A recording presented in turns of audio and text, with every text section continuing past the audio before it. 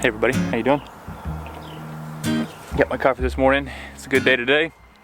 So today, going out to get some potential soil for a job. This lady's got a low spot and I need to fill that in with soil. And then later on we might potentially plant some plants in there. That's the first thing on the agenda. Second thing is, while we're going, I would love to just share some stuff with you all about the whole planning process. A few videos back I asked you all what were your top gardening questions, and the question that popped up the most, I mean by far the most, was how do you plan for the spring coming ahead? How do you make sure you know which plants to get, what seeds to get, the sources, what types of heirlooms? So basically the whole planning process for springtime was the main concern and question that you all had. As we're working today, as I'm driving around, I think it'd be a good idea that we discuss some of that. I'll share with you all some of the plan going forward for me. So that's on the agenda. As I'm working, I would love to just share some things that we'll be covering going forward. I need to grab a shovel or two and my wheelbarrow, Pumpkin, as her name is. Coffee was good this morning. Another thing that we're going to be doing is trying to find river rock. I'm trying to find this specific type of river rock that has a more of a blue tint to it. It's kind of hard to find, so we'll just be searching around, driving around, have a blast. Let's do it. All loaded up, folks. All loaded up. All right, now I need to go find some of those river rock. Let's go see what they've got over here, see if it looks good. Here's what they got here. Dirt on it. Really, we're looking for more like a bluer color. This is going to be more brown. And these sides are too small. So we'll keep looking. There's a place down here. We're almost there. I think they might have this river rock. Hopefully they do. Well, the place that I just went actually has the rock, but they were using the rock they had there to do a delivery and deliver to somebody, so it's not available. They said they're getting another shipment in on the 22nd. So we might be able to knock that job out and get some of the rock, bring them here, and knock that out before Christmas time. So that'd be good, but can't do it this week, it doesn't look like. Folks, we're here. This is the area that's going to be receiving the soil. Just got to build it up a little bit higher. Just a note about these stumps here. A lot of times you can just cut trees down or stumps down as close as you can to the ground and then cover it up with fabric like this, some heavy duty fabric all along the top, and over time it'll die off. We're going to leave a bit of a lower spot going through here because it's pretty clear that water comes through and flows all along through here, goes all the way down along there. So later on in the spring I'll be coming back in with some sod going along the edge just to get the grass growing right up to the river rock.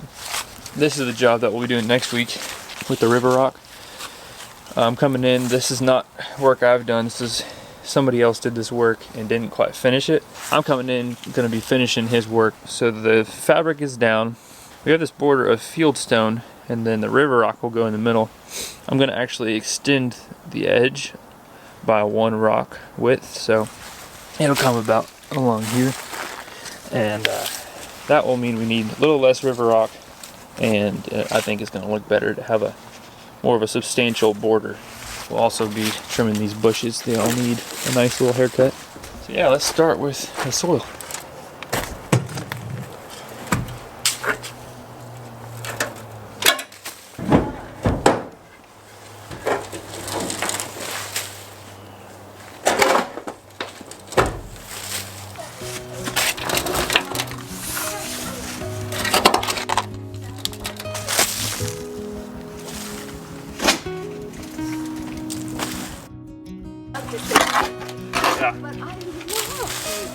Yeah.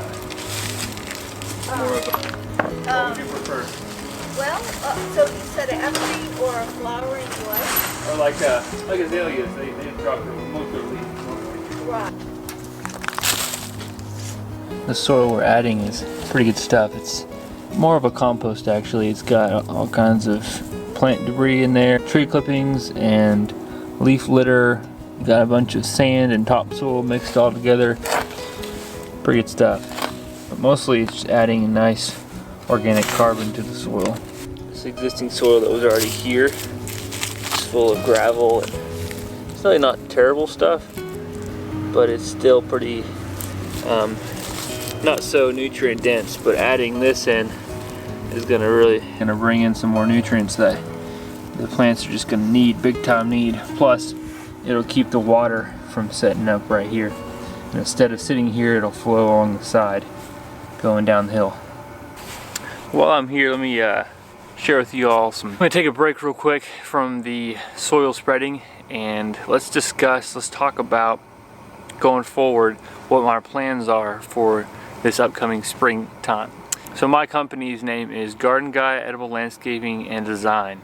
Basically what I do is I come in, I help people transform their available space into edible and beautiful abundance. So that could be a pot on your windowsill, that could be a indoor, herb garden, that can be raised beds outside, that can be an in-ground garden in your backyard, front yard, side yard. That can be a whole total, like, all of your landscape is growing something for you. I mean, we're talking fruit trees, berry bushes, and herb gardens, and in-ground gardens, vegetable gardens, trellises going up the side of your house, all that cool stuff.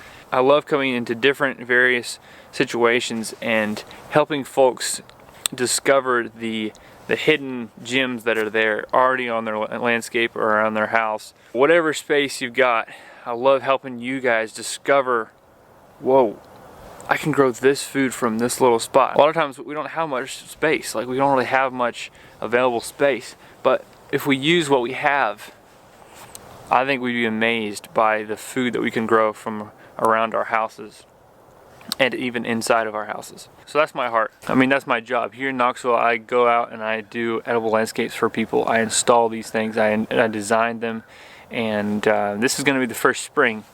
I've been doing this type of work for a while. I've been a professional landscaper for 2 years, and I went to school, University of Tennessee, for plant science, organic production, and food and ag business. And before that, I've gone to Africa. I've done many study abroad trips. I was an intern in Zimbabwe for some folks. Their name is Foundations for Farming. You should check them out. They're awesome. Really awesome. I mean, just solid, genuine people who are truly trying to help their neighbors. Rather than like giving out fish, they're teaching people to fish. They're really sowing in knowledge, not just in stuff. So, I mean, it's a very sustainable model.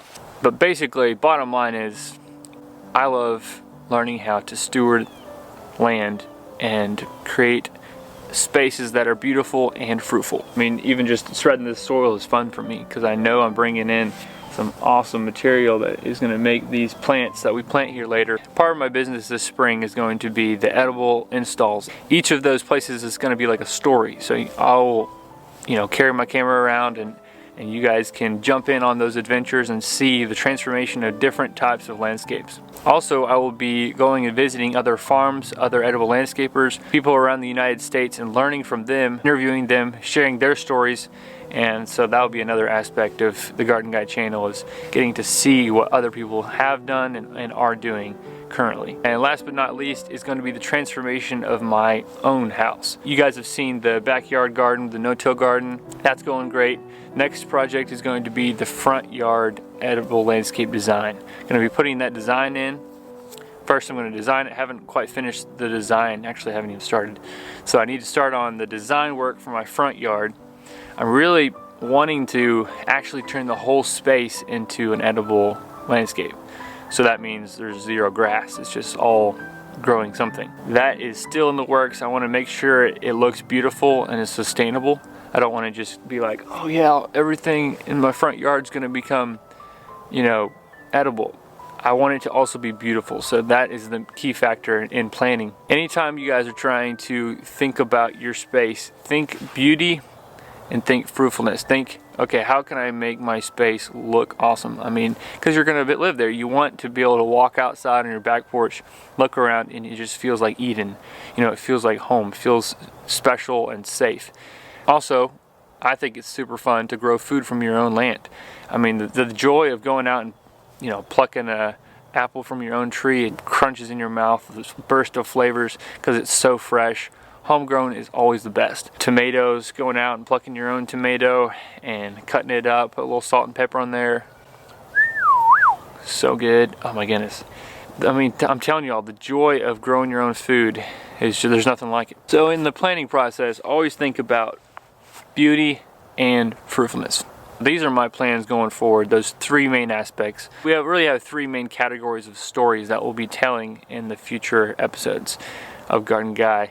So number one is that we'll be doing the edible landscape designing and following those transformation stories. Number two is the stories that we get to hear from other people all across the nation. I hope to be able to do some road trips, and we'll be able to do a tour where we go to other edible landscapers, other people who are really doing gardening right, and learn from them, see the transformation they have already done in their farms or homesteads, or just, you know, windowsill gardens. It doesn't have to be huge to be amazing to me.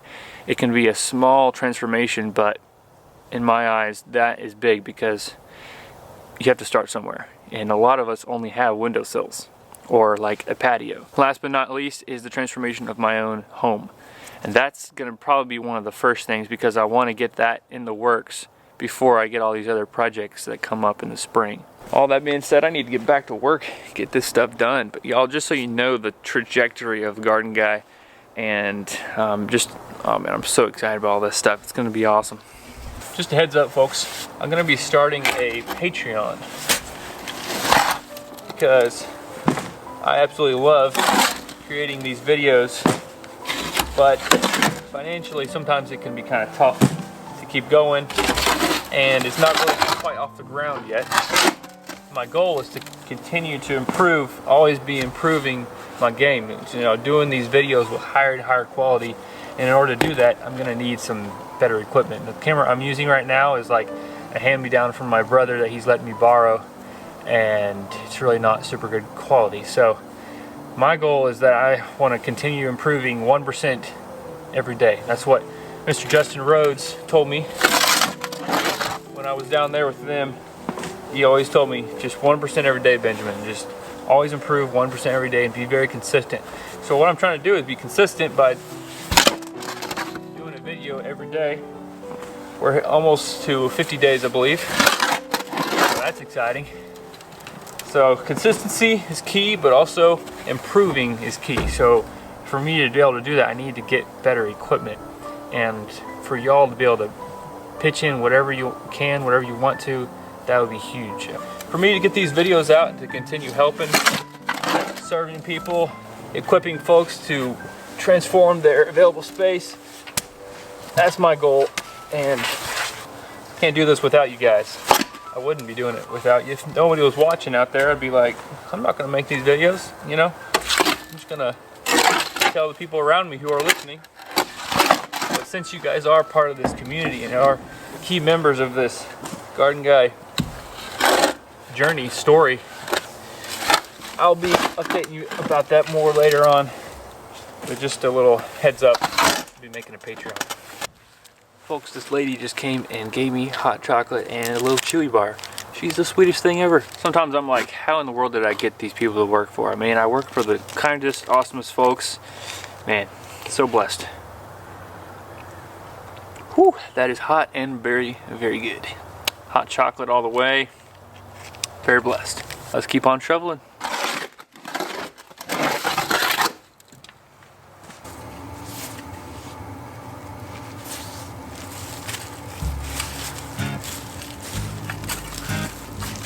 Soil has been spread. Sometimes you gotta tear out before you can build. See all these stones here? They go all the way around this bed. Those have sunk down in the ground. They're not looking so good. I'm gonna pop those out. We've already put the soil down, and then I'm gonna put the landscape fabric down, and then we'll put those stones back in, and then river rock in the middle.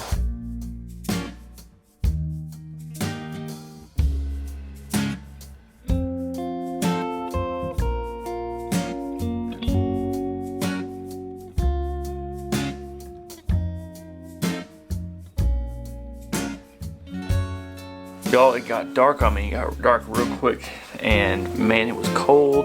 My toes are still numb. Oh my goodness, good times, good times. But yes, I believe tomorrow we'll be doing some serious planning, and I'll also be doing the Patreon, trying to set that up. y'all, just appreciate you watching, and yeah, we'll get that rock project done all together. It was a good day, very good day. And even though it's late, I gotta edit and post that YouTube video because voila, man, God keeps his word. I gotta follow through, y'all. I gotta follow through, and every day post a video that will be beneficial, helpful for you guys, telling stories, and we're doing this together. Y'all, I appreciate you watching, and I'll see you tomorrow. Now, isn't that just gorgeous? Beautifulness? You wouldn't know a bachelor made that, would you? Crazy.